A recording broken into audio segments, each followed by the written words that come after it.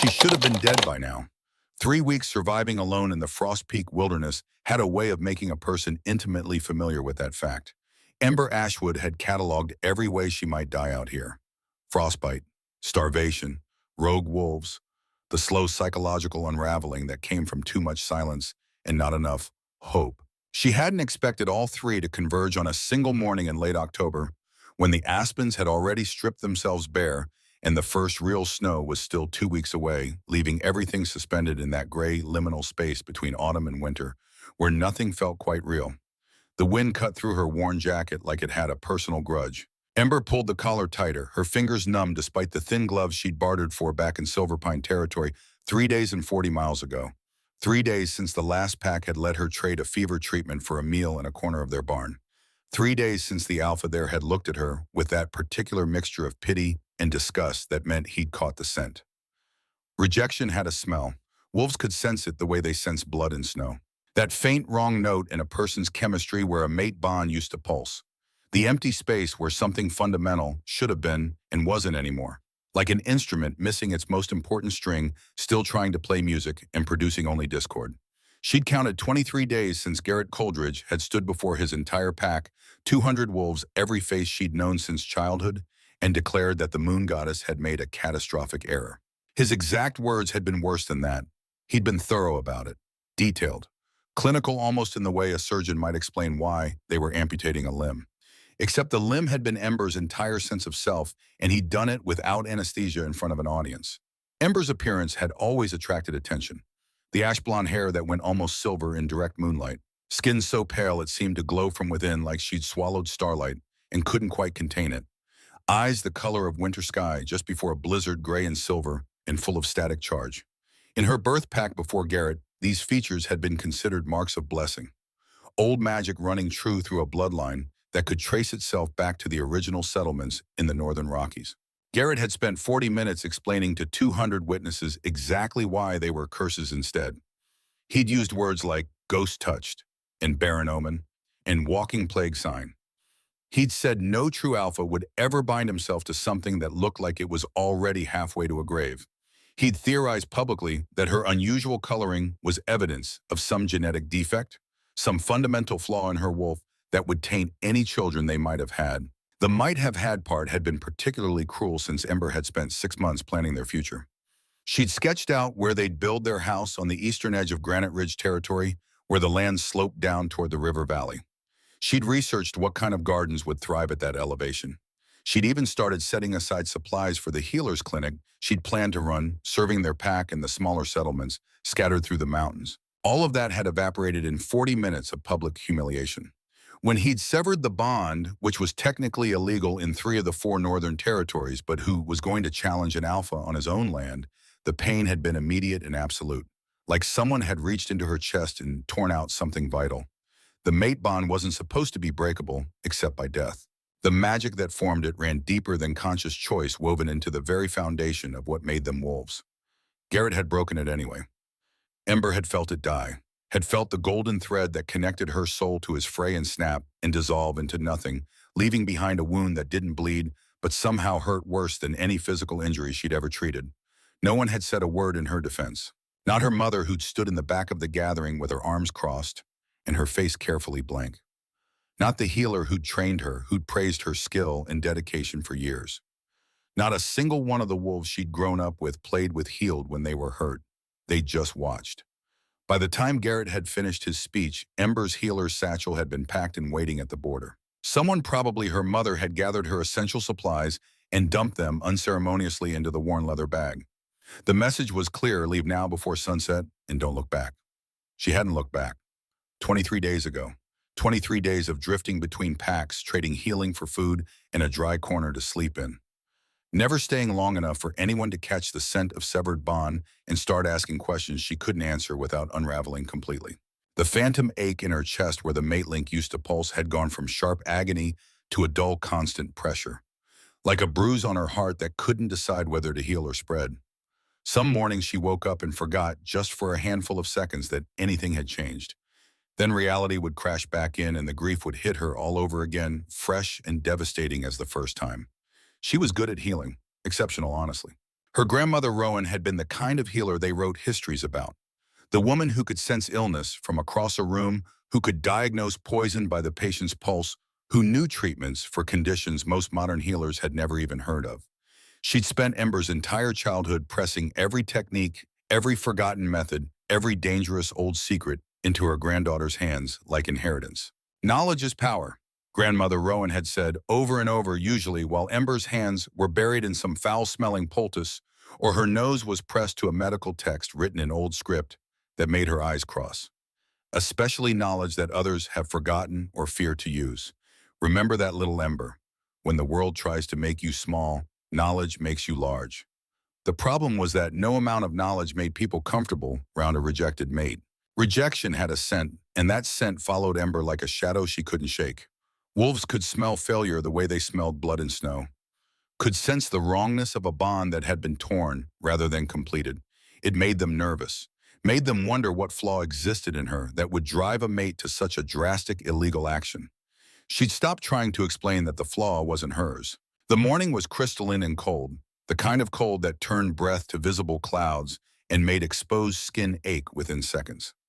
Ember had been walking since before dawn, trying to cover ground before the temperature dropped any further. The nearest settlement was still a full day's trek north, assuming she didn't run into trouble, assuming the weather held, assuming her dwindling supplies lasted. A lot of assumptions for a woman who'd learned the hard way that the universe didn't particularly care about her plans. The sound that stopped her was wrong, deep, guttural, the kind of sound that didn't come from a normal throat. It came from something with too much mass behind it, too much power in its lungs. An agonized rumble that moved through the frozen morning air, less like noise and more like a physical force rattling her back teeth. Every survival instinct Ember possessed ignited at once. Run. Sounds like that in the Frost Peak wilderness meant apex predators, or territorial alphas. Or worst of all, injured rogues, which combined the danger of the first two with the unpredictability of an animal in enough pain to stop caring about consequences. An injured predator was the most dangerous thing alive. She knew that. She'd treated enough of them to have the scars to prove it. The long white line across her left forearm, where a rogue beta had slashed her while she'd been trying to extract an infected claw. The puncture marks on her shoulder from a mother wolf protecting cubs while Ember worked to save one that had eaten poison bait. Pain made creatures desperate, and desperation made them deadly. The sound came again, weaker this time, edged with something raw that bypassed her rational mind entirely and went straight to that stubborn, unkillable part of her that had chosen healing as a vocation rather than a trade.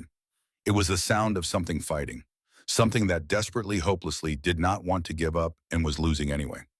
Ember's feet were already moving before her brain caught up with the decision. Her boots crunched through frost-stiffened grass toward a shadowed outcropping of granite and pine about 50 yards off the trail. Her healer sensed that peculiar magical awareness that let her perceive injury and illness in living things the way most people perceived color, ignited like a flare in the dark. Pain, waves of it, overwhelming and precise, deep tissue damage, something systemic, something she recognized and wished she didn't. Silver poisoning. The gray shimmer beneath the skin was unmistakable once you'd seen it. Ember had treated it exactly twice in her career, both times in wolves who'd been attacked by hunters using illegal ammunition.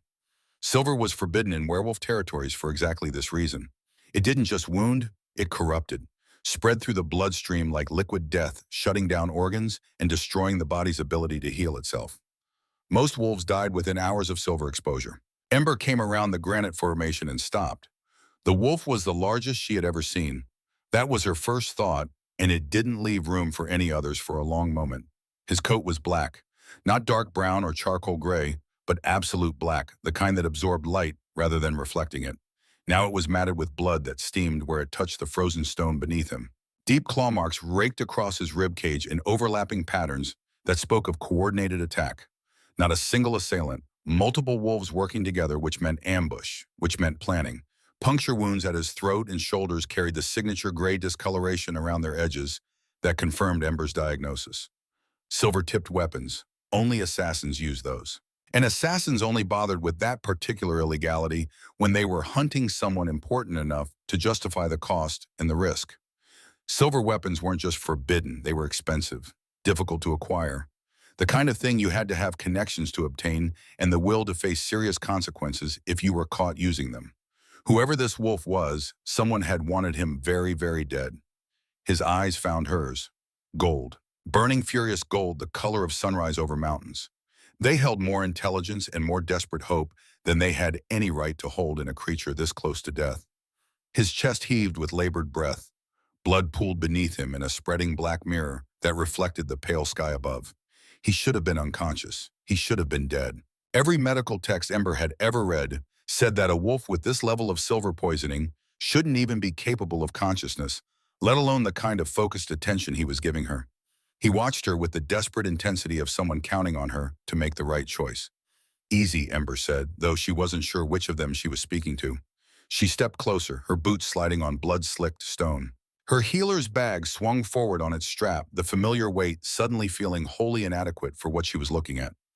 "I'm a healer," she continued, keeping her voice low and steady, the tone she used with frightened patients who needed reassurance more than treatment. "I'm not going to hurt you." A sound escaped him, not quite a growl, lower than that almost a question. His massive head dropped to the frozen stone as if simply holding it up had exhausted the last of his reserves. The gesture was so plainly vulnerable that something in Ember's chest cracked open. When was the last time anyone had trusted her with anything? She knelt beside him, hissing as the cold bit through her worn jeans and pulled her healer's satchel around. Up close, the scale of him was almost incomprehensible. His paws were the size of serving platters. His body even collapsed, seemed to take up more space than physics should allow.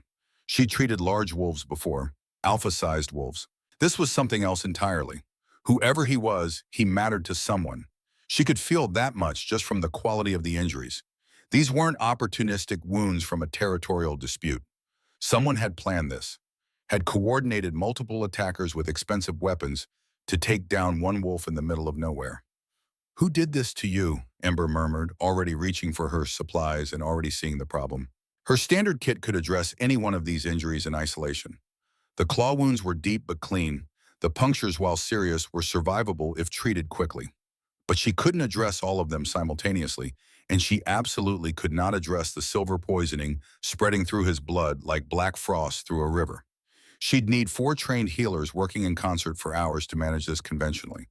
A fully stocked medical facility. Equipment she didn't have and couldn't improvise. She didn't have 4 healers. She had herself a depleted supply kit and a body that hadn't been properly fed in 3 days. His breathing stopped. Not slowed. Stopped. The gold began to fade from his eyes like a candle guttering out. No. Ember's hands were already pressing against his chest, against fur soaked through with blood.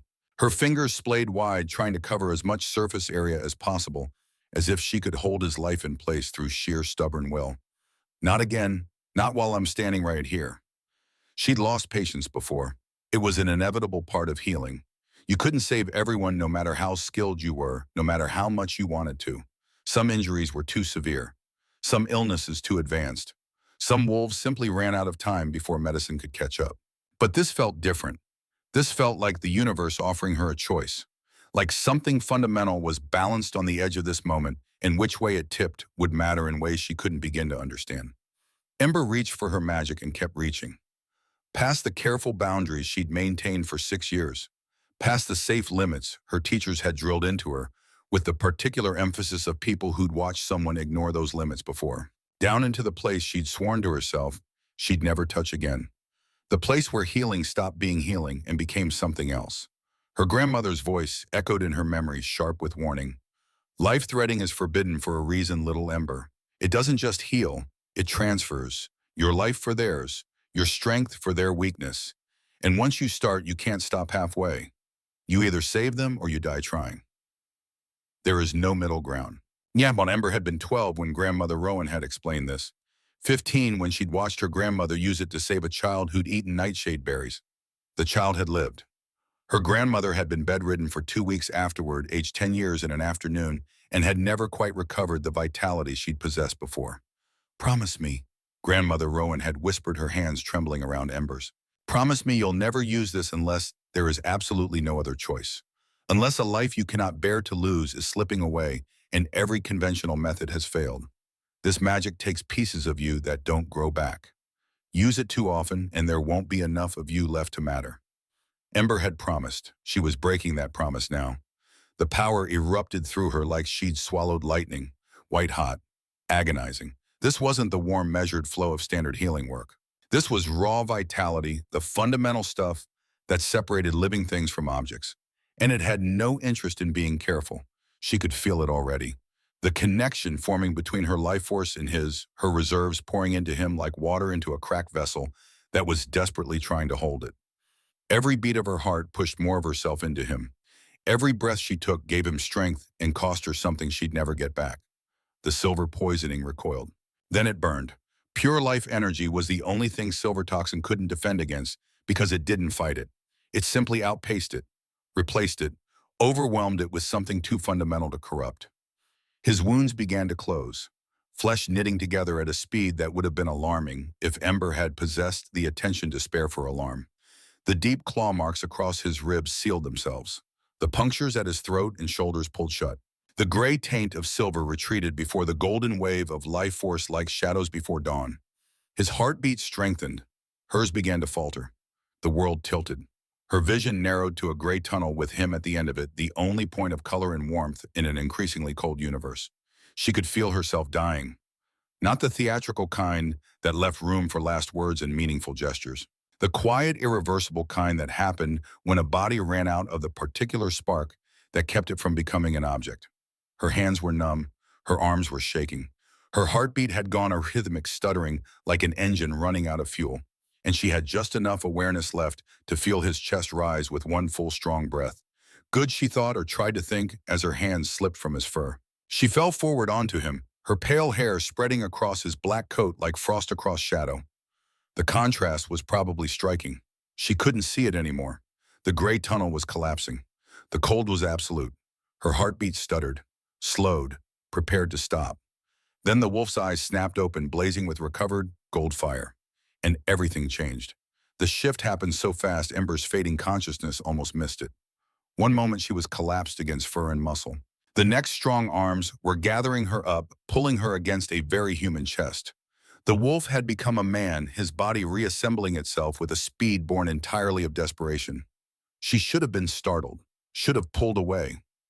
But she was too far gone for startled, and pulling away would have required muscles she no longer controlled. Through the gray haze claiming her vision, she registered fragments. A face all hard angles and fierce precision. Black hair shot through with silver at the temples. Those same intense eyes now framed by human features that would have been handsome if they weren't currently twisted with panic. Guards! The voice was a thunderclap, Alpha command rippling through the air with enough force to make the trees shiver. To me now, footsteps, running, voices shouting orders in the distance. No. The man's voice, and again closer now, rough with something that sounded like grief. Absolutely not. You don't die now. Not after what you just did. Ember tried to speak. Managed something between a whisper and a breath. The child. I heard. Is he safe? A pause, then softer. My son is safe because of you. Son. That explained the desperate fighting, the refusal to give up even with silver in his veins and death closing in. Parents would burn the world down for their children. Would cling to life past any reasonable point if it meant keeping their children safe. Good, Ember managed. The darkness was pulling at her now with insistent hands. She'd held it off as long as she could, but there was only so much a body could do when it had given away most of what made it viable. More footsteps, more voices. Someone was shouting medical terms. Someone else was running through what sounded like a supply list. Master Healer Sable here now. The man holding her hadn't stopped his alpha command. It rolled out in waves, compelling and absolute. Every healer we have, whatever resources are needed, she is my true mate. She sacrificed herself for her king. You will not let her die. True mate, king. The words filtered through Ember's fading consciousness, like they were important, like they should mean something beyond the obvious. But she was too tired to parse meaning, too cold to care about titles or bonds or anything except the growing certainty that she'd made the right choice. A child was safe. That was enough. A life for a life. Fair trade.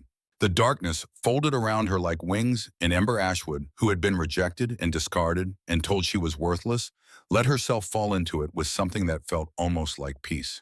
The last thing she registered was a voice raw with command, and threaded through with fear she didn't understand. Don't you dare give up. Do you hear me? I just found you. You don't get to leave. Then nothing. Just the dark and the cold, and the distant sense that somewhere beyond the edge of consciousness, something important was beginning. Something that would change everything, if she survived long enough to see it. The first thing Ember became aware of was warmth, not the desperate, clinging warmth of a body trying to stave off hypothermia. Real warmth, the kind that sank into bones and convinced muscles to unclench from their defensive rigidity. It surrounded her completely, like being wrapped in summer sunlight, despite the fact that her last conscious memory involved October cold and the metallic taste of her own magic burning through her system. The second thing was softness. Ember had spent 23 days sleeping on whatever surface presented itself. Barn floors, forest clearings, once memorably a cave entrance that had at least blocked the wind. Softness had become a theoretical concept, something other people experienced. This was silk against her skin, actual silk. And beneath that, a mattress that seemed to cradle her body with the kind of careful support that spoke of craftsmanship and expense. The third thing was the scent, pine and winter air, and something wilder underneath, something that made her wolf stir for the first time since Garrett had severed their bond. A lazy, interested rumble deep in her chest like an animal waking from hibernation and discovering the world had become infinitely more compelling during its sleep. Ember's eyes opened. The ceiling above her was carved pale wood inlaid with silver that caught light in shifting patterns. Not the rough-hewn logs of pack housing she'd grown up with. This was art. Deliberate design that had taken someone months to complete. The wood grain itself formed images if you looked long enough. Wolves running, mountains rising, a forest that seemed to move when the light changed. She turned her head slowly, inventory of her body, producing surprisingly positive results. No pain, no lingering weakness, just a bone-deep exhaustion that felt more like recovery than damage. Her hands moved to her chest, pressing against ribs that should have been fractured from the force of life-threatening magic. Nothing, not even tenderness. Easy. The voice came from her right, deep. Careful with itself the way people were careful with things they were afraid of startling. Ember's head turned toward the sound and found the man from the forest. He sat in a chair beside her bed, positioned close enough to reach her quickly, but far enough back to avoid crowding. The chair itself was substantial, built for someone with mass and presence, but he still managed to make it look barely adequate. Broad through the shoulders in a way that spoke of decades of genuine use rather than gym-cultivated display. Black hair shot through with more silver than she'd registered before, pulled back from a face that was all hard angles and fierce precision. And those eyes, amber and bright, watching her with an intensity that made her want to check whether she had somewhere to retreat to. "You're awake," he said, and there was something in his voice that suggested this had been in question. "That's good. That's very good." Ember's throat was dry. When she spoke, her voice came out rough. "How long?" 5 days. 5 days. She'd been unconscious for 5 days. The longest she'd ever been under from magical exhaustion was 18 hours, and that had been after a particularly difficult multiple casualty situation involving a logging accident.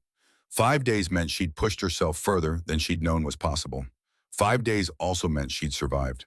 The child, Ember said, because that had been her last conscious thought, and it seemed important to confirm. "Your son, is he safe?"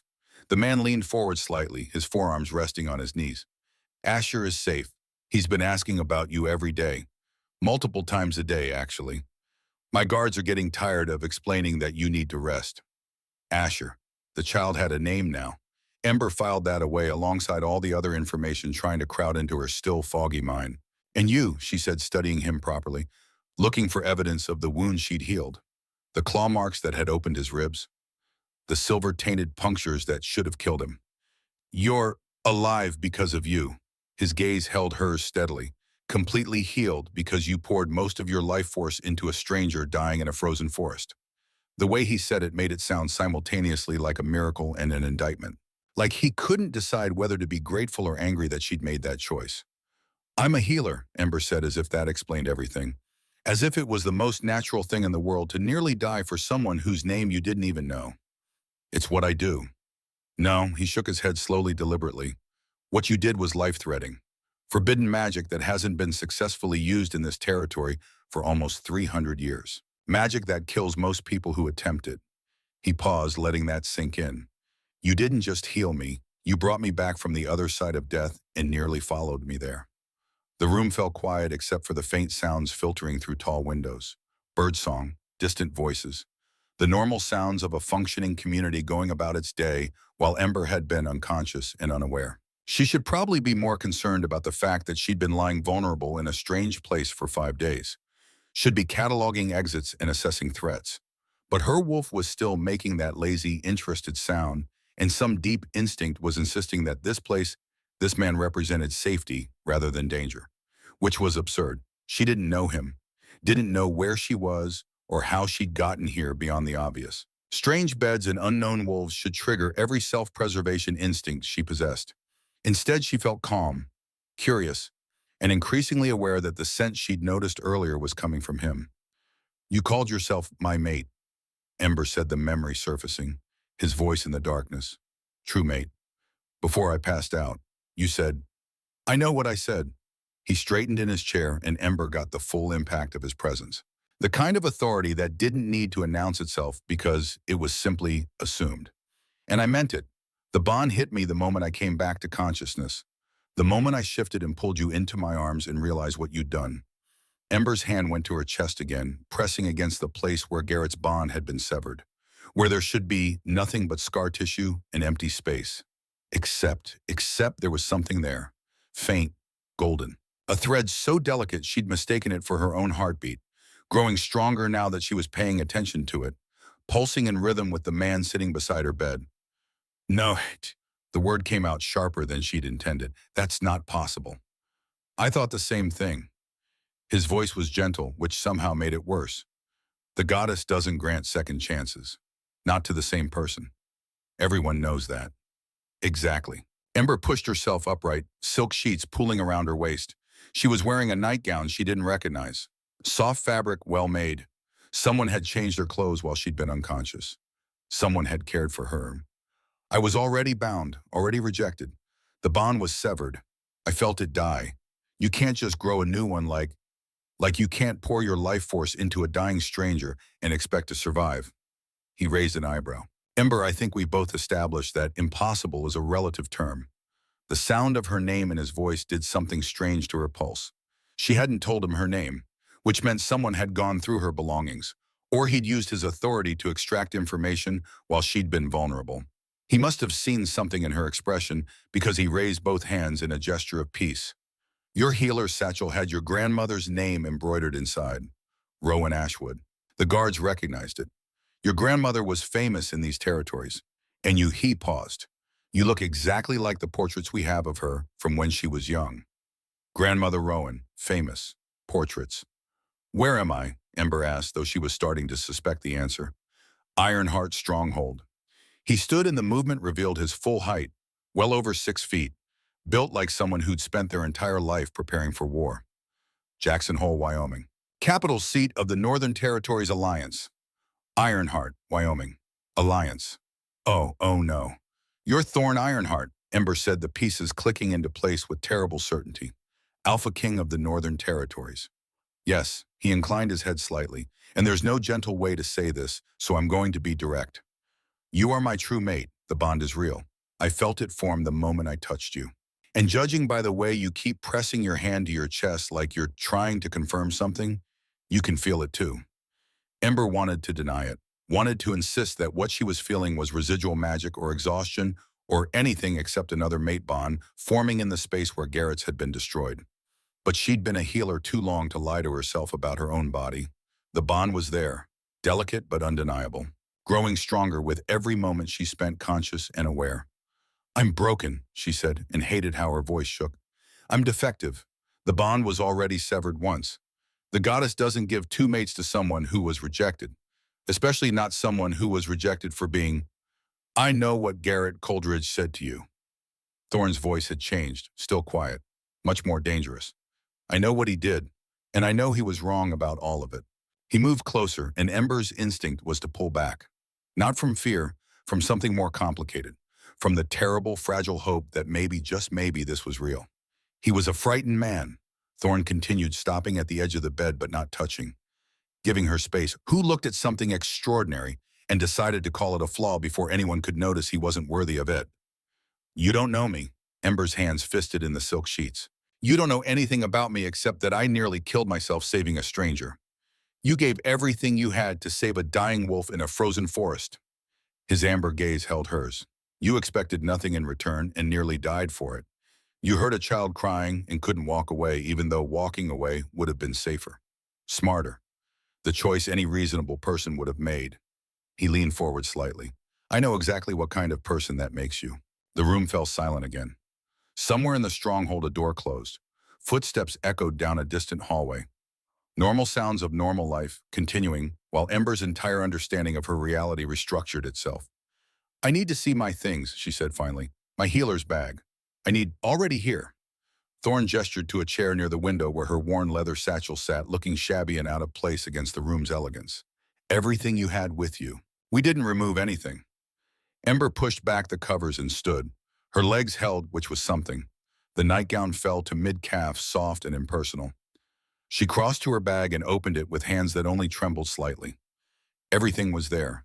Her herbs and tinctures, her surgical tools, the journal, Grandmother Rowan's journal. Ember pulled it out, the leather cover worn smooth from decades of handling. Her grandmother's handwriting filled the pages. Recipes and treatments and observations accumulated over 60 years of practice. And in the back, written in shakier script, the entries from her grandmother's final months. Life threaders are hunted, Ember read aloud, finding the passage she'd discovered 3 weeks ago. By those who fear what we can sense, what we can reveal. If you're reading this, little Ember, be careful, trust your instincts, and remember that being rejected by the wrong person doesn't make you wrong. It makes you dangerous to their secrets. She looked up to find Thorne watching her with an expression she couldn't quite read. Your grandmother was right, he said quietly. And I think we need to talk about why someone would pay a substantial sum to ensure you were rejected and driven out before you could fully develop your gifts. The world tilted again, but this time it had nothing to do with magical exhaustion. What? The assassination attempt on me wasn't random, Thorne said. It was coordinated, professional, expensive, and one of the assassins said something before they retreated. His jaw tightened. Grimshaw Council sends its regards. Grimshaw, the name meant nothing to Ember, but the implication was clear. You think someone on the council wanted you dead? I think someone on the council is orchestrating something large enough that they needed me removed. Thorne crossed his arms. And I think your rejection might be connected to whatever that something is. Before Ember could respond, the door burst open.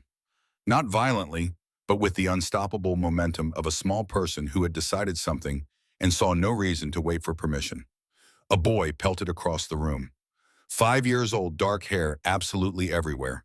Eyes the same fierce amber as his father's. He hit Ember around the middle with both arms and held on. You saved my papa. His voice was pressed into her stomach, thick and muffled and shaking slightly. The bad wolves hurt him, and he was bleeding, and I thought, a hiccup. I thought he was going to die like Mama did, and you made the hurting stop. Ember stood very still. This small boy had his arms around her like she was something worth holding, like she mattered, like the choice she'd made in that frozen forest had consequences beyond medical outcomes. Asher tilted his face up, tears streaming, smiling anyway. Thank you, he whispered. Thank you for saving my papa.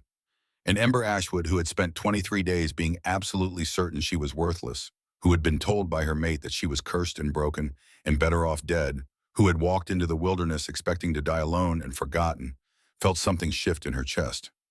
Not the phantom ache of a severed bond, something newer, more fragile, terrifying and entirely unwilling to be ignored. The first delicate filament of hope. She looked at Thorne over Asher's head and saw him watching them both with an expression that suggested he understood exactly how significant this moment was.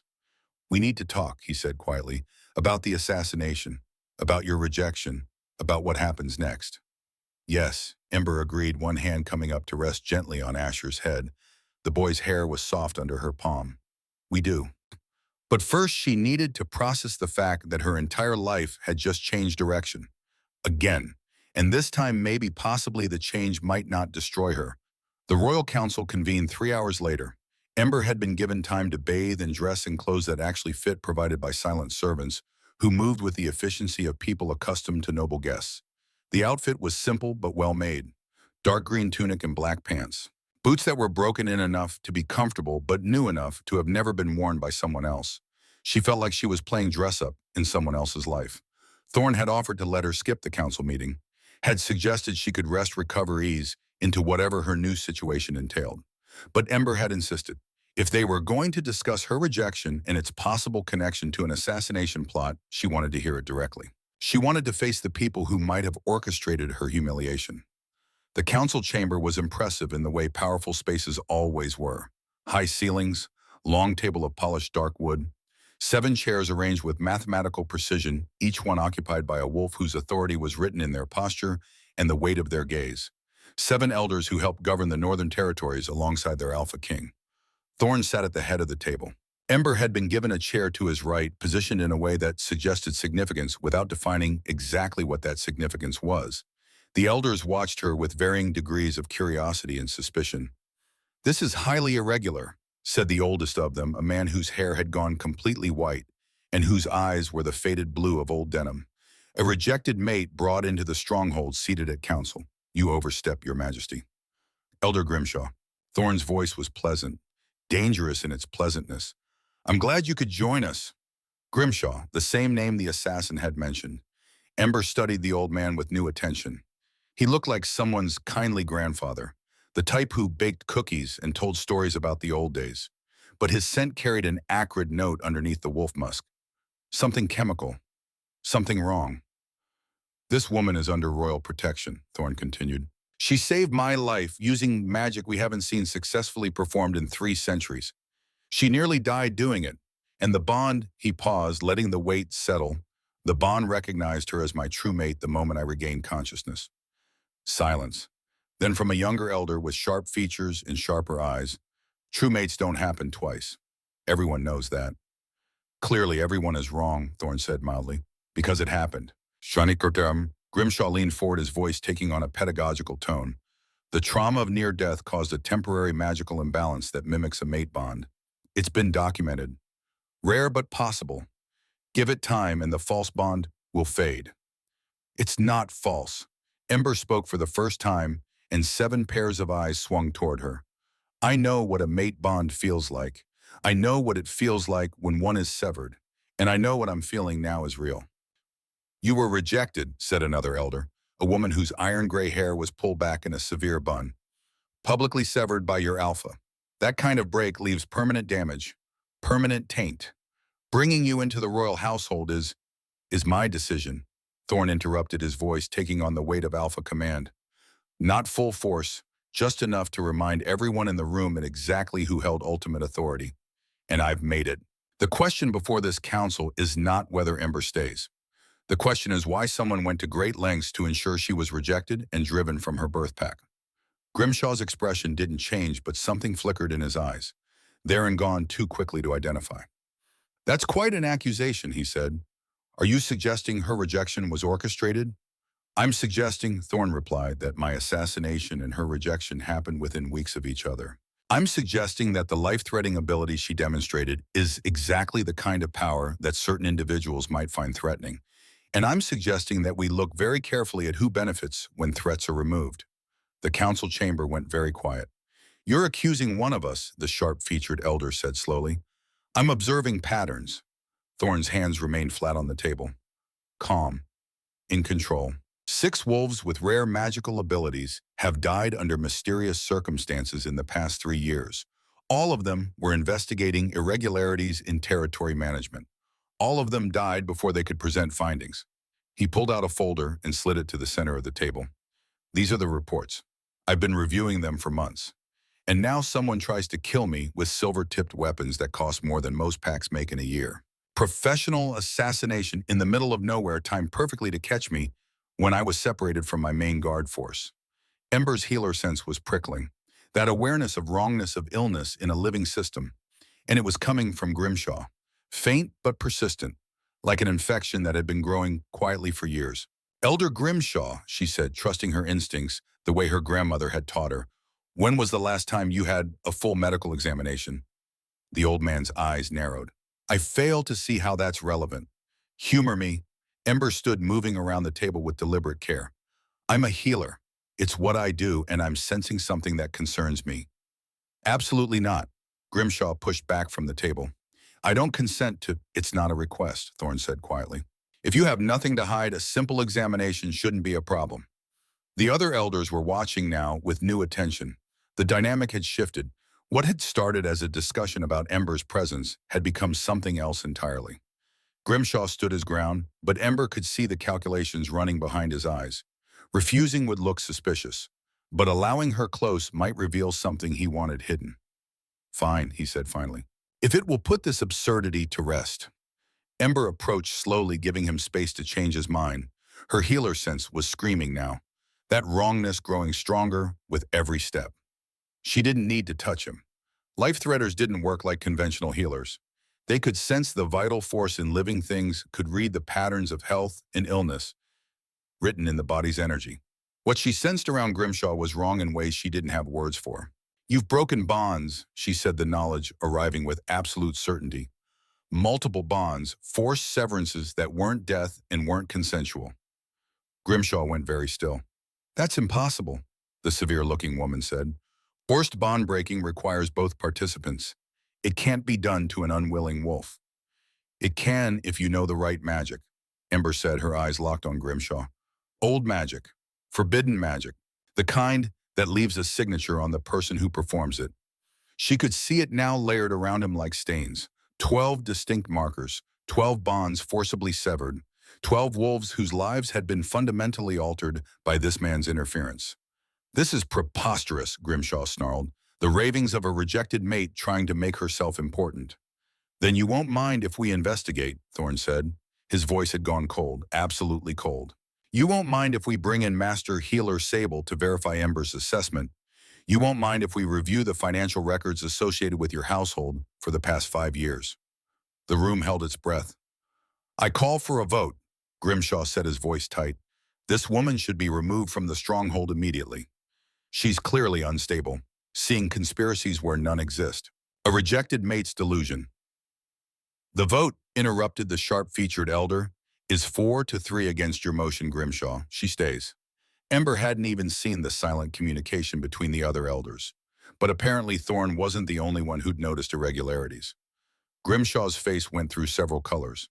This council is compromised, he said finally. I will be taking this to the Alliance High Court. You do that, Thorne agreed.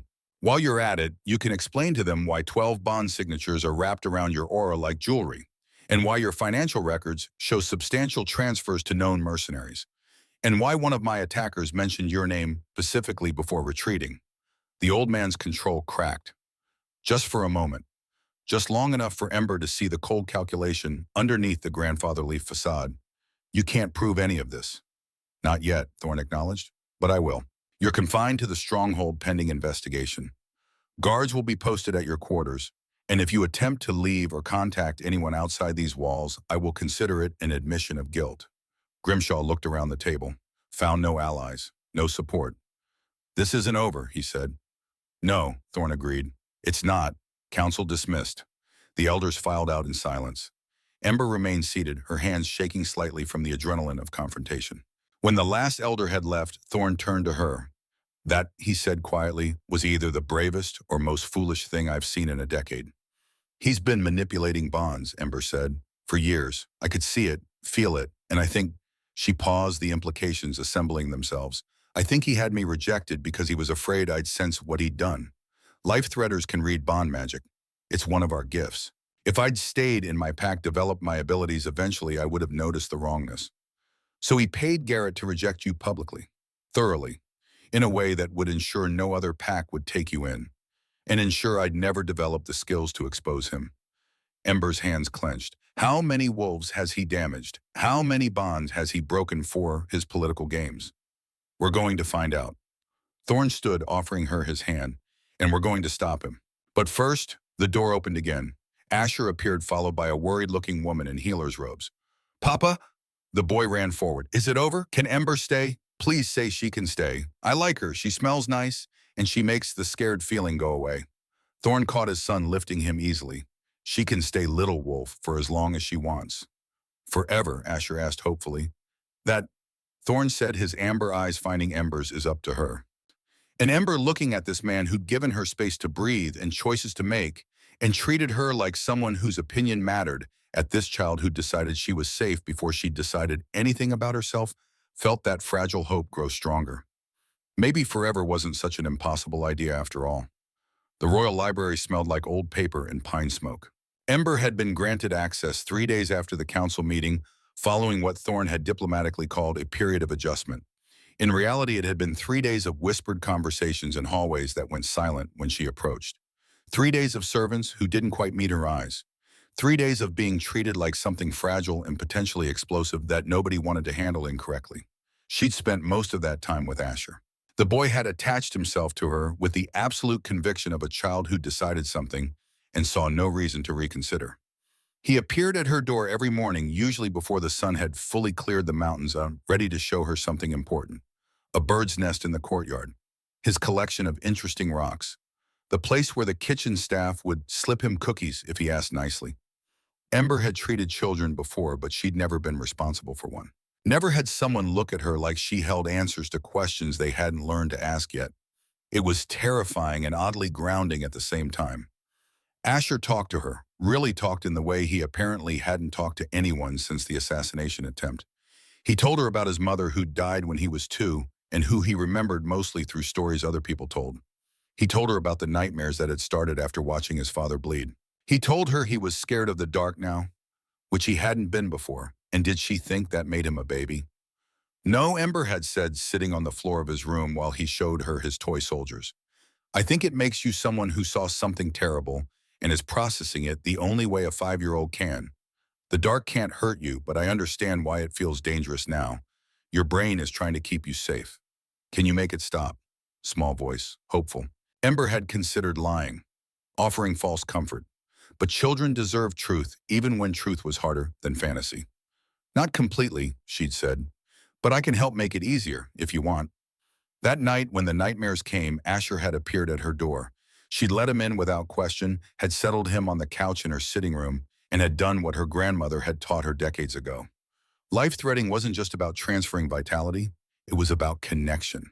About reading the patterns of life force in another being and understanding where those patterns had been disrupted. Trauma left marks. Not physical scars, but disruptions in the energy that animated a person. Places where the normal flow had been interrupted by fear or pain or loss. A skilled life-threader could sense those disruptions and very carefully, very gently help smooth them. Ember had placed her palm over Asher's racing heart and breathed out. Let just a thread of power through. Not taking, not draining herself, just giving. Showing him through the most fundamental language available that the fear was real but the danger had passed. That the terrible thing had happened and he had survived it. That survival was allowed to be enough. His breathing had steadied. The trembling had stopped. And when he'd finally fallen asleep, it had been deep and dreamless. In the morning, he'd looked at her with those bright eyes and said, "You made the scared go away." "Just helped it get smaller," Ember had corrected. "You did the rest." Now, 3 days later, Asher was in lessons with his tutors, and Ember was alone in the library with the permission to access whatever resources she needed. Thorne had been explicit about that. Whatever she needed. No restrictions, no supervision. It was the kind of trust that felt dangerous to accept. The library was vast. 3 floors of shelves carved into the mountain itself, the stone walls lined with wood to protect the books from moisture. Tall windows let in northern light that never quite felt warm even in summer. Reading desks scattered throughout each, positioned to catch maximum illumination. Ember had started with medical texts, looking for references to life-threading to bond magic to anything that might explain what she'd sensed around Grimshaw. The old books were written in script that took concentration to parse, but her grandmother had trained her well. Old knowledge required old languages. She'd been reading for 2 hours when footsteps echoed on the stone floor. Finding anything useful. Thorne appeared between shelves like he'd been summoned by thought. He moved quietly for someone his size. Carried himself with the unconscious grace of a predator who'd never needed to announce his presence because everything around him already knew. Maybe, Ember said, not looking up from the text. A journal entry from 1847, written by a healer named Blackthorne, who documented what he called bond corruption. There are references to forced bond breaking, but they're vague, like the authors were afraid to be too specific. Forbidden magic usually is. Thorne pulled out the chair across from her and sat. The knowledge gets passed down in whispers, teacher to student, never written in plain language because written things can be found. She taught me everything she knew, Ember said quietly. Her grandmother had been strategic about it, deliberate. She said the world tries to make people small, but knowledge makes them large. She was right. Thorne leaned back watching her work. And I'm guessing she also taught you to trust your instincts, to believe what your magic tells you even when conventional wisdom says it's impossible. She died because of it. The words came out before Ember could stop them. 25 years ago, she was investigating bond manipulation in the Eastern Territories, found evidence of systematic corruption, was planning to present it to the Alliance Council. Ember's hands tightened on the book. She died in her sleep 2 days before the scheduled presentation. Heart failure, they said, completely unexpected for a woman who'd been in perfect health. Thorne was very still. You think she was killed? I know she was killed. Ember pulled out her grandmother's journal, flipping to the final entries. She wrote this the night before she died. They know I know, but the evidence is secured, hidden where only blood can find it. Little Ember will understand when the time comes. She slid the journal across the table. Thorne read the passage, his expression darkening. Blood can find it, he repeated. She left something for you specifically, something key to your bloodline. I've been looking for 25 years. Ember's laugh was bitter. Searched every place I could think of. Her house, her clinic, the places we used to go together. Nothing. Maybe you were looking in the wrong territory. Ember frowned. What do you mean? Your grandmother was famous here, in the Northern Territories. We have portraits of her in the Healer's Hall, records of treatments she pioneered. She spent significant time at this stronghold. Thorne stood, a decision forming behind his eyes. If she wanted to hide something that only you could find were better than a place you'd eventually come to, it was possible. More than possible. Grandmother Rowan had been strategic about everything, had planned years in advance, had known that Ember would develop life-threatening abilities and would eventually need the evidence she'd gathered. Show me the Healer's Hall, Ember said. They found it on the second level of the stronghold, a wing dedicated entirely to medical practice with examination rooms and a surgical suite and storage for supplies that would make any healer weep with envy. The portraits lined one wall. 12 healers who'd made significant contributions to Northern Territory medicine over the past 3 centuries. Grandmother Rowan's portrait was third from the left. Ember stopped in front of it, her breath catching. The artist had captured her perfectly. The sharp intelligence in her eyes. The slight smile that suggested she knew something you didn't and might tell you if you asked the right questions. She looked young in the painting, maybe 40, her hair still more brown than gray. She was beautiful, Thorne said quietly. She was terrifying. Ember stepped closer, kind but terrifying. She had standards, and she expected everyone to meet them, including herself. The portrait was oil on canvas set in an ornate frame. Nothing unusual about it. Nothing that suggested hidden compartments or secret messages. Except Ember's healer sense prickled. That awareness of life force of magic residue. There was something here, faint but present. A signature she recognized because she'd been surrounded by it her entire childhood. She left something, Ember murmured, reaching toward the painting. I can feel it. Her fingers brushed the frame and magic sparked. Not painful, warm, welcoming, recognizing her blood, her lineage, her right to access what had been hidden. The frame shifted. A section of decorative carving pressed inward, revealing a narrow compartment behind the portrait itself. Inside was a leather-bound folder, sealed with wax that bore her grandmother's mark. Ember pulled it out with shaking hands. The folder was surprisingly heavy, dense with papers. She carried it to a nearby table and broke the seal. Documents spilled out, financial records, correspondence, testimony from wolves who'd had their bonds forcibly broken, names, dates, payments traced through multiple accounts to obscure their origin. And at the center of it all, appearing again and again, a single name, Grimshaw. She knew, Ember breathed. 25 years ago, she knew what he was doing. Thorne was reading over her shoulder, his presence solid and grounding. This is comprehensive. Financial records showing payments to alphas across 4 territories. Testimony from 12 wolves whose bonds were broken under suspicious circumstances. Medical documentation of the signature left by forced bond breaking. He pulled out a particular page, a letter written in careful script. Elder Grimshaw has been systematically removing wolves whose bonds threaten his political control. Thorne read aloud. He identifies pairs whose union would shift territory alliances or whose combined influence might challenge his authority. Then he arranges for the bonds to be broken, typically by paying one party to reject the other publicly. The rejection is traumatic enough that the rejected wolf leaves the territory entirely, removing the threat. Ember felt sick. How many? According to this, Thorne rifled through pages, at least 47 bonds, broken over 15 years. 47 wolves rejected, discarded, driven out, all to maintain one man's political power. And my grandmother found the pattern, found it and documented it, and died before she could present it. Thorne's jaw was tight, which means Grimshaw has been killing to protect this secret for decades. The implications assembled themselves with terrible clarity. Garrett hadn't rejected Ember because she was flawed. He'd rejected her because he'd been paid to, because Grimshaw had identified her as a threat, a life threater who would eventually sense the bond manipulation and expose everything. 23 days of believing she was worthless. 23 days of internalizing Garrett's words, letting them reshape her understanding of herself. And it had all been orchestrated, deliberate, a political move disguised as personal rejection. I want to kill him. Ember's voice was flat. I want to walk into his quarters and show him exactly what a life threater can do when she stops being careful. I know. Thorne's hand settled on her shoulder, warm, steady. But we're not going to do that. Why not? She looked up at him. He's destroyed lives, dozens of them. He killed my grandmother. He tried to kill you. He orchestrated my rejection specifically to silence me. Why shouldn't I? Because you're better than that. His gaze held hers. Because revenge isn't justice. And because the wolves he's hurt deserve to see him face consequences publicly, legally, through a system that proves it can work when people have the courage to use it.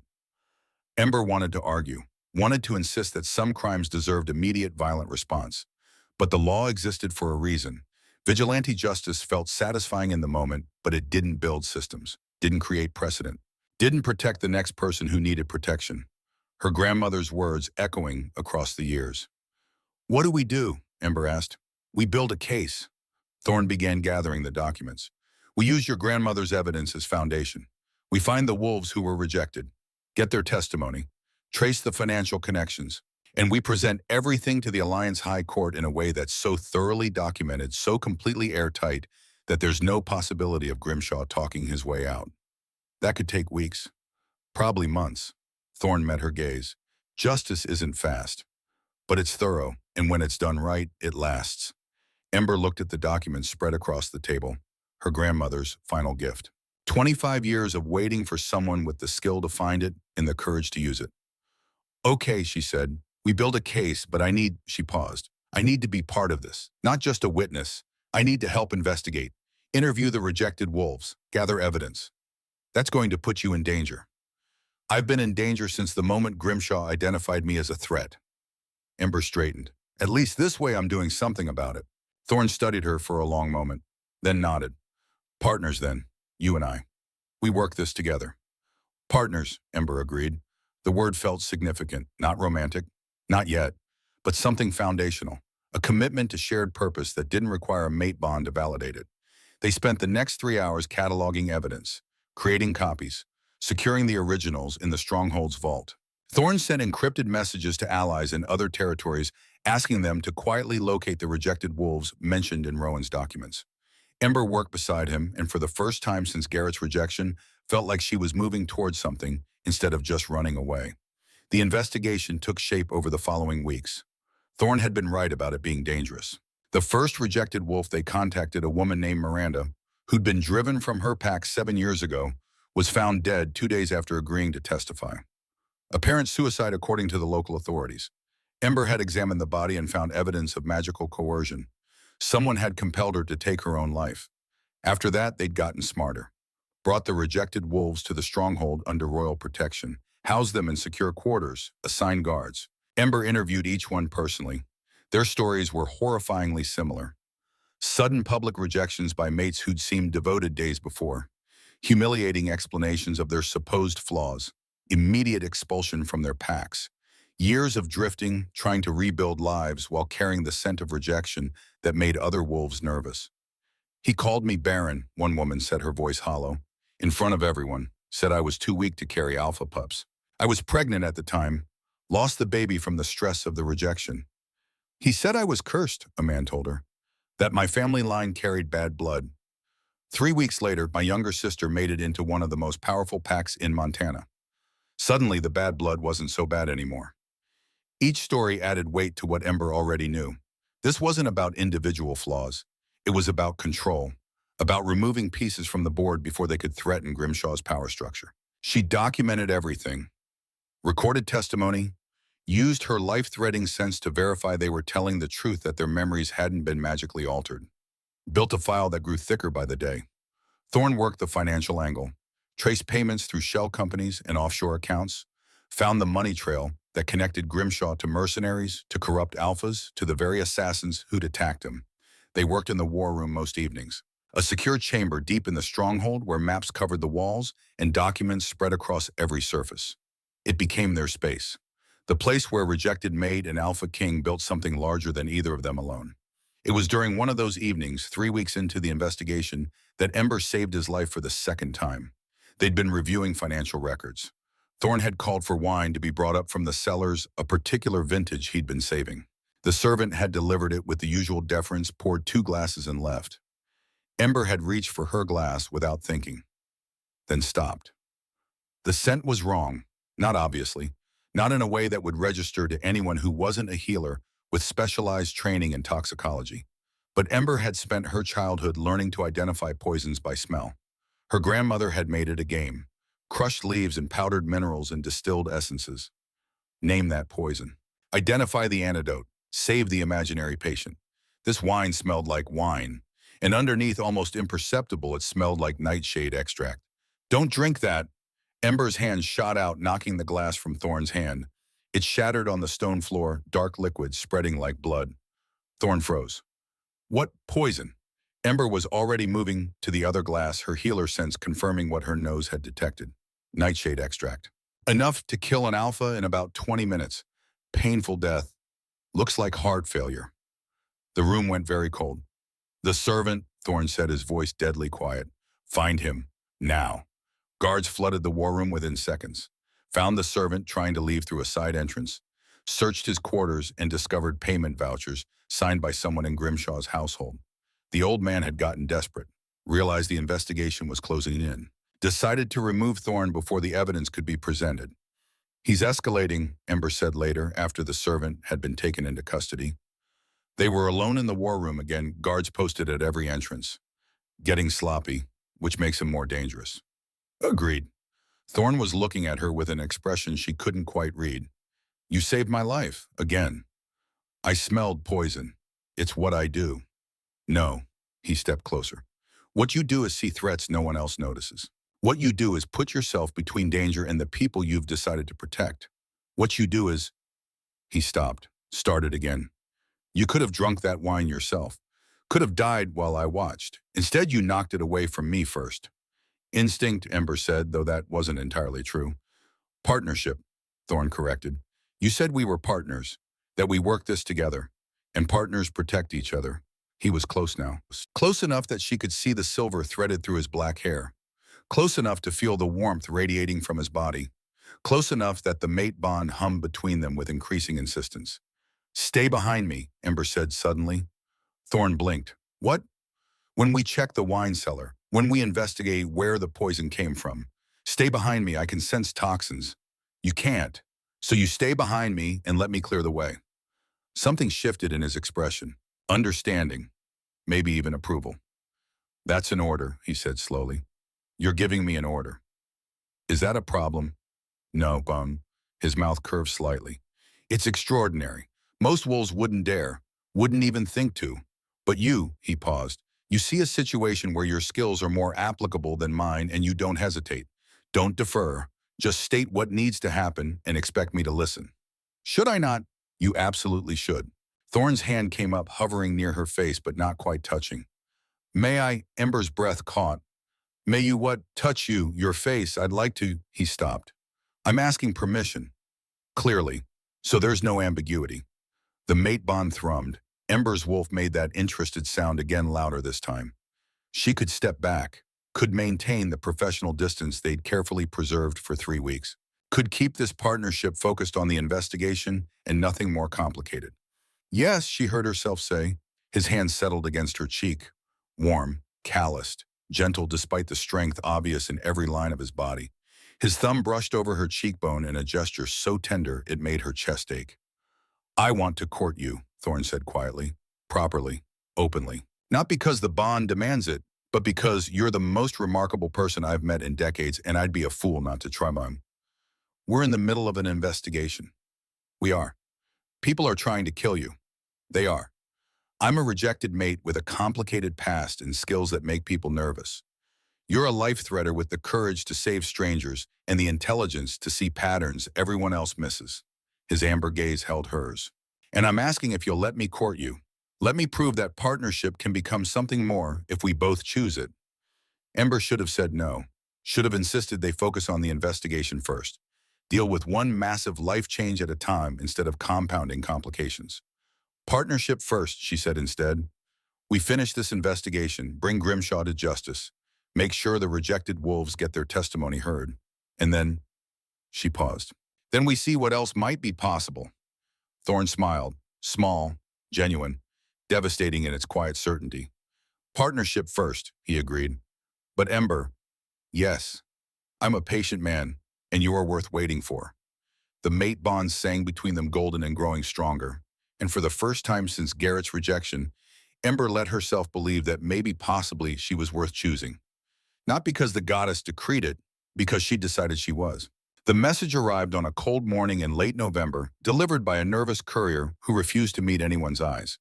Garrett Coldridge was at the Wyoming border, with 30 warriors demanding an audience with the Alphaking. Ember had been in the healer's hall when the news reached her, checking on one of the rejected wolves who'd developed a stress-induced fever. The woman's hands had started shaking when she heard Garrett's name, her wolf rising with defensive panic. He can't take you back, Ember had said firmly, placing a calming hand on the woman's shoulder. Royal protection means exactly that. You're safe here. But walking back to the main stronghold, Ember's own hands weren't entirely steady. 23 days she'd spent believing Garrett's words, internalizing them, letting them reshape her understanding of herself. And now he was here, probably expecting her to be grateful. Probably thinking he could reclaim what he'd discarded once he realized she'd landed somewhere important. She found Thorne in the war room, surrounded by his closest advisors. The Beta Marcus was arguing for refusing the audience entirely. The head of security wanted Garrett arrested the moment he crossed into stronghold territory. Thorne saw Ember in the doorway, and the discussion stopped. Give us the room, he said quietly. The advisors filed out. Marcus paused, giving Ember a nod of respect that still felt strange to receive. Nearly 2 months of working alongside Thorne had shifted how the stronghold saw her, not just as the rejected mate who'd saved their king, but as someone whose opinion carried weight. When they were alone, Thorne spoke first. You don't have to see him. I can handle this entirely without you. No. Ember moved to the map table, her fingers tracing the line marking their border. I want to face him. I need to. Why? She looked up. Because for 23 days I believed I was worthless. Believed his words were truth instead of lies bought and paid for. And I need him to know, her voice caught. I need him to know that he didn't break me, that I'm still here, still standing. Thorne was quiet for a moment. Then the Great Hall, public audience, 300 witnesses minimum. Everything he says goes on record. You're expecting him to confess. I'm expecting him to make mistakes. Thorne's smile was sharp. Arrogant men usually do when they think they're winning. The Great Hall filled quickly. Word had spread through the stronghold that the man who'd rejected Ember Ashwood was demanding an audience. Wolves came from everywhere. Curious, supportive, hungry for drama. By the time Garrett was escorted in, there were easily 400 people packed into the space. Ember stood to Thorne's right, positioned in a way that made her role ambiguous. Not quite royal consort. Not quite advisor. Something undefined that made Garrett's eyes narrow when he saw her. He looked exactly as she remembered. Handsome in the conventional way. Strong jaw, broad shoulders. The kind of alpha who'd never questioned whether he deserved his position because the answer had always been obvious to everyone, including himself. Your Majesty. Garrett's bow was perfunctory, just deep enough to avoid insult. I've come to discuss a private matter. Nothing discussed in my great hall is private, Thorne replied. State your business. Garrett's gaze slid to Ember. Something flickered in his expression. Surprise maybe at how different she looked. The hollowed-out woman who'd left Granite Ridge had been replaced by someone who stood straight, who met his eyes without flinching. I've come for what's mine by law, Garrett said. Ember Ashwood was my mate. The bond was never properly transferred. She remains my responsibility under Northern Territory Pack law. Murmurs rippled through the crowd. Ember felt her wolf rise with hot fury, but she kept her expression neutral. Interesting claim, Thorne said mildly, considering you severed that bond publicly, illegally, in front of 200 witnesses. A temporary separation, allowed under extenuating circumstances. What circumstances? Garrett shifted his way in. She needed time to address certain deficiencies. I was willing to give her space to improve herself, but she's had sufficient time. I'm prepared to reconsider the bond. The arrogance of it took Ember's breath away. He genuinely believed she'd be grateful, believed he was doing her a favor by offering to take her back. Let me understand this correctly. Thorne leaned forward slightly. You publicly humiliated this woman, called her cursed and barren and worthless, severed a bond in violation of 3 territorial treaties. And now you expect her to thank you for changing your mind. I expect, Garrett said, his voice hardening, that pack law will be honored. She was mine first. Any subsequent bond is invalid. There's no subsequent bond to invalidate, Ember said, speaking for the first time. Her voice carried across the hall, steady and clear. You severed what existed between us. I felt it die. There's nothing left to reclaim. Garrett's expression shifted, calculation replacing confidence. You've been here nearly 2 months, living in the royal stronghold, treated as something important. But we both know what you are, Ember. A rejected mate trying to make herself valuable to a king who'll lose interest once the novelty wears off. Watch your tone, Thorne said, his voice dropping to something dangerous. Why? Garrett turned to face him fully. Because you've decided she matters. She's a charity case. Damaged goods. You can dress her up and give her a room in your stronghold, but it doesn't change what she is fundamentally. Flawed, broken, the kind of wolf-smart alphas reject before she can contaminate their bloodline. The hall went very quiet. Ember felt something crack open in her chest. Not pain, something hotter, cleaner. You're right about one thing, she said, stepping forward. I am fundamentally different than you thought, but not because I'm flawed. Because I was always too much for a small man to handle. She pulled out the document she'd been carrying. One of many her grandmother had collected. This one specifically mentioned Garrett. Elder Grimshaw paid you $50,000 to reject me publicly. Ember said, her voice cutting through the silence. Paid you to ensure the rejection was thorough enough that no other pack would take me in. Detailed enough that I'd internalize the words and believe them true. Garrett's face went pale. The payment cleared your account 6 days before the rejection ceremony, Ember continued. It's documented, traced through 4 shell companies, but ultimately originating from Grimshaw's private holdings. And do you know why he paid you? This is insane. I don't know what you're... Because I'm a life-threader. Ember's voice rang with certainty. Because I would have eventually sensed the bond manipulation he's been orchestrating for decades. Because I was a threat to his political power, and he needed me removed before I could develop the skills to expose him. She held up the document.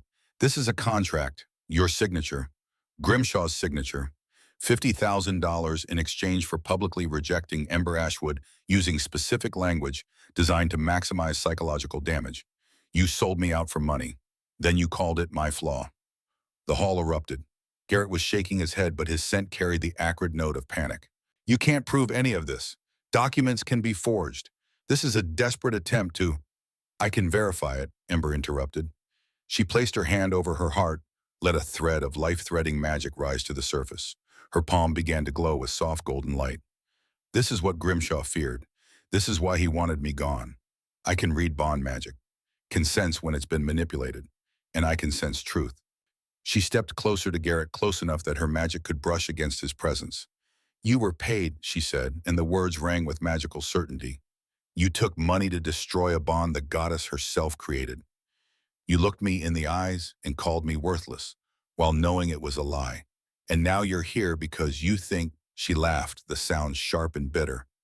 You think that somehow I'll still be grateful, that I'll accept being second choice to $50,000. Oh, Garrett's composure shattered. Grimshaw said it would be easy, that you'd leave quietly, that you'd probably die in the wilderness and we'd never have to worry about it again. The confession hung in the air. 400 witnesses, all of them hearing exactly what Garrett had just admitted. Thorne stood and the weight of his alpha command filled the hall.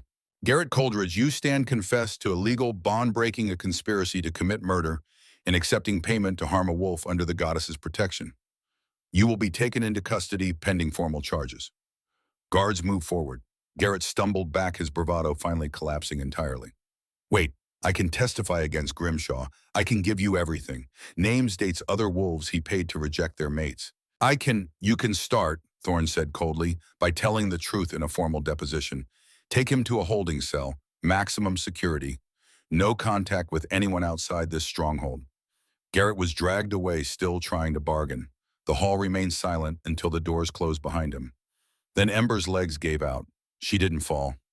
Thorne was there, had moved before she'd fully registered the weakness, his arms catching her and pulling her against his chest.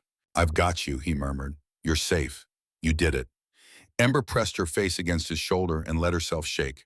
Not from fear, from the overwhelming relief of finally being believed, of having her truth witnessed by hundreds of wolves who would carry this story forward. Garrett's words no longer had power over her. She'd taken that power back. The Alliance High Court convened 2 weeks later in a neutral territory, a sprawling complex built specifically for trials that involved multiple packs. 3 judges, representatives from 7 territories, and more than 400 witnesses who'd come to see whether the system could actually deliver justice when tested. Ember had spent those 2 weeks preparing, organizing evidence, coordinating testimony from the 12 rejected wolves who'd agreed to speak publicly, working with Thorne's legal advisors to build a case so thorough, so completely documented, that there would be no possibility of Grimshaw escaping consequences. The trial lasted 3 days.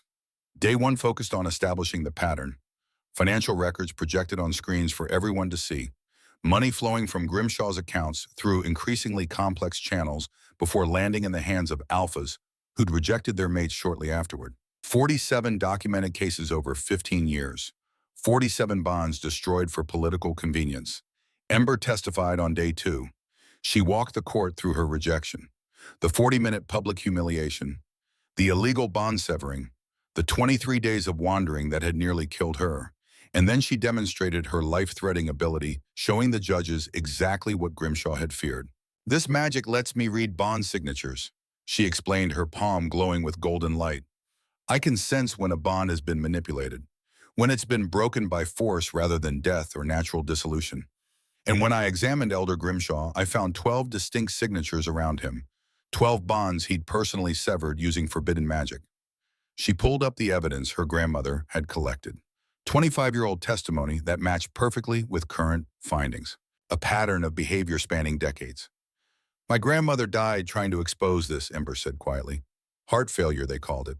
But she was a healthy woman in her 60s with no history of cardiac issues. She died 2 days before she was scheduled to present this evidence to the Alliance. And now we know why. The judges reviewed documents in heavy silence. Day 3 brought the rejected wolves.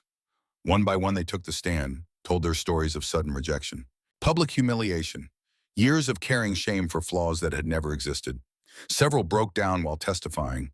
Others spoke with flat, emotionless voices that somehow conveyed more pain than tears could. The courtroom was silent except for their voices. Then came Garrett's deposition played back for the court. His confession that Grimshaw had paid him. His admission that he'd expected Ember to die in the wilderness. His detailed account of 6 other rejections he'd witnessed that followed the same pattern. Finally, Grimshaw's own assistant, a woman named Sarah, who'd endured 15 years of abuse, brought forward internal documents. Correspondence discussing which wolves to target, financial spreadsheets tracking payments, notes about Ember specifically. Life threat or bloodline confirmed, one note read, must be removed before abilities manifest. Recommend rejection protocol with maximum psychological damage to prevent recovery. When the evidence presentation ended, the head judge called for deliberation. It took 45 minutes. Elder Grimshaw, the judge's voice carried through the packed courtroom, you stand convicted of 47 counts of illegal bond manipulation, conspiracy to commit murder, corruption of office, and crimes against the goddess's design. The evidence against you is overwhelming and irrefutable. Grimshaw sat motionless. His grandfatherly facade had crumbled days ago, revealing the cold calculation underneath. Your sentence is as follows: permanent exile to the Arctic territories. All assets seized and distributed as restitution to your victims. Magical binding to prevent you from ever holding authority or using Alpha Command again.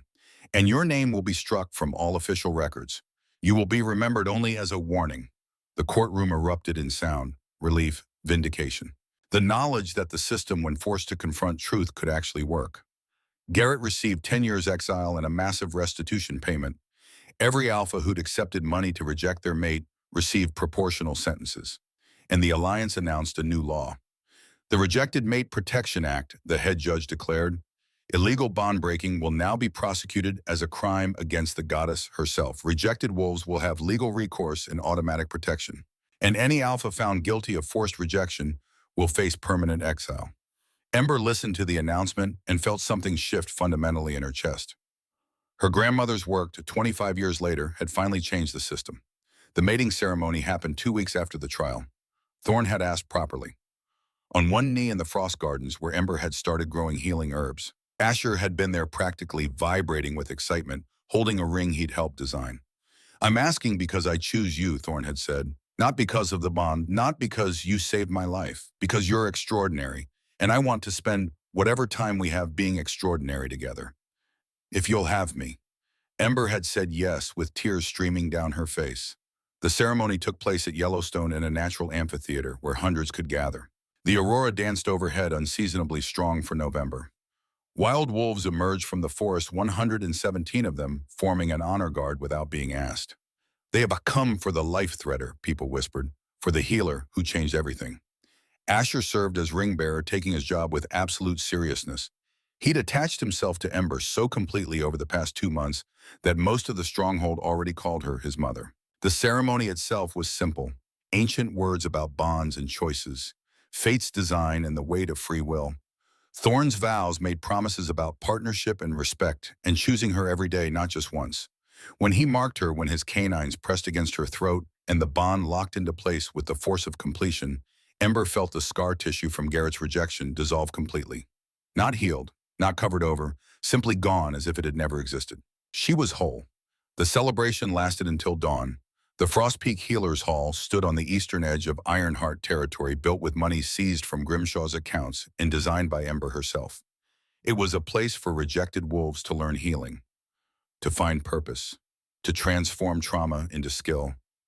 300 graduates in 18 months. 300 wolves who'd been told they were worthless, now trained in medicine and magic, in the particular kind of strength that came from surviving what should have destroyed you. Ember stood in the teaching hall, one hand resting on her swollen belly, watching her newest class practice basic triage techniques. Asher sat in the front row, nearly 7 years old now, demonstrating the life-threatening sense he'd inherited. Small golden sparks danced across his palms as he identified which practice dummy had the most serious injury. Thorne appeared in the doorway, and Ember felt the bond hum between them. Still golden, still growing stronger, still choosing each other every single day. "How are you feeling?" he asked, crossing to her. "Enormous." Ember laughed. "Your daughter is apparently training to be a warrior already. She kicked me 6 times during the lecture on herbal compounds. She takes after her mother." Thorne's hands settled over hers on her belly. Stubborn, powerful, refusing to be contained. Through the windows, Ember could see the memorial garden she'd planted. 47 trees, one for each rejected wolf whose story had helped change the law. Her grandmother's name was carved into the central stone.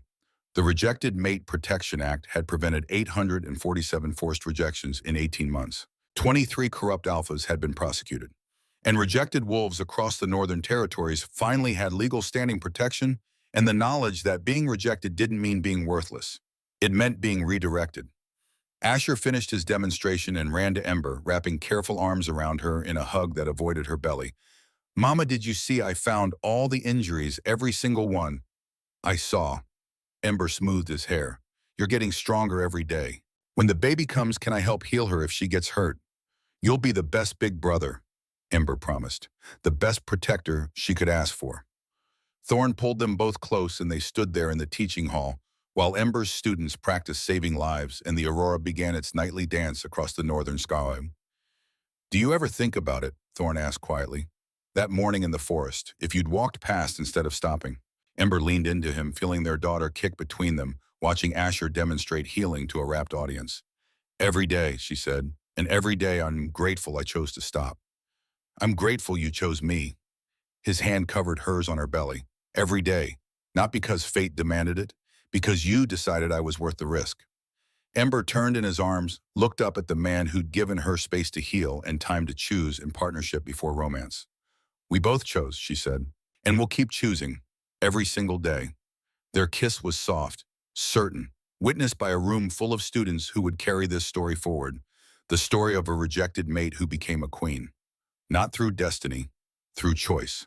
Somewhere in the Arctic, Grimshaw lived in permanent exile.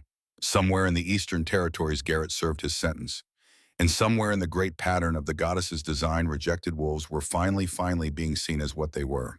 Not broken, not worthless, not mistakes to be corrected.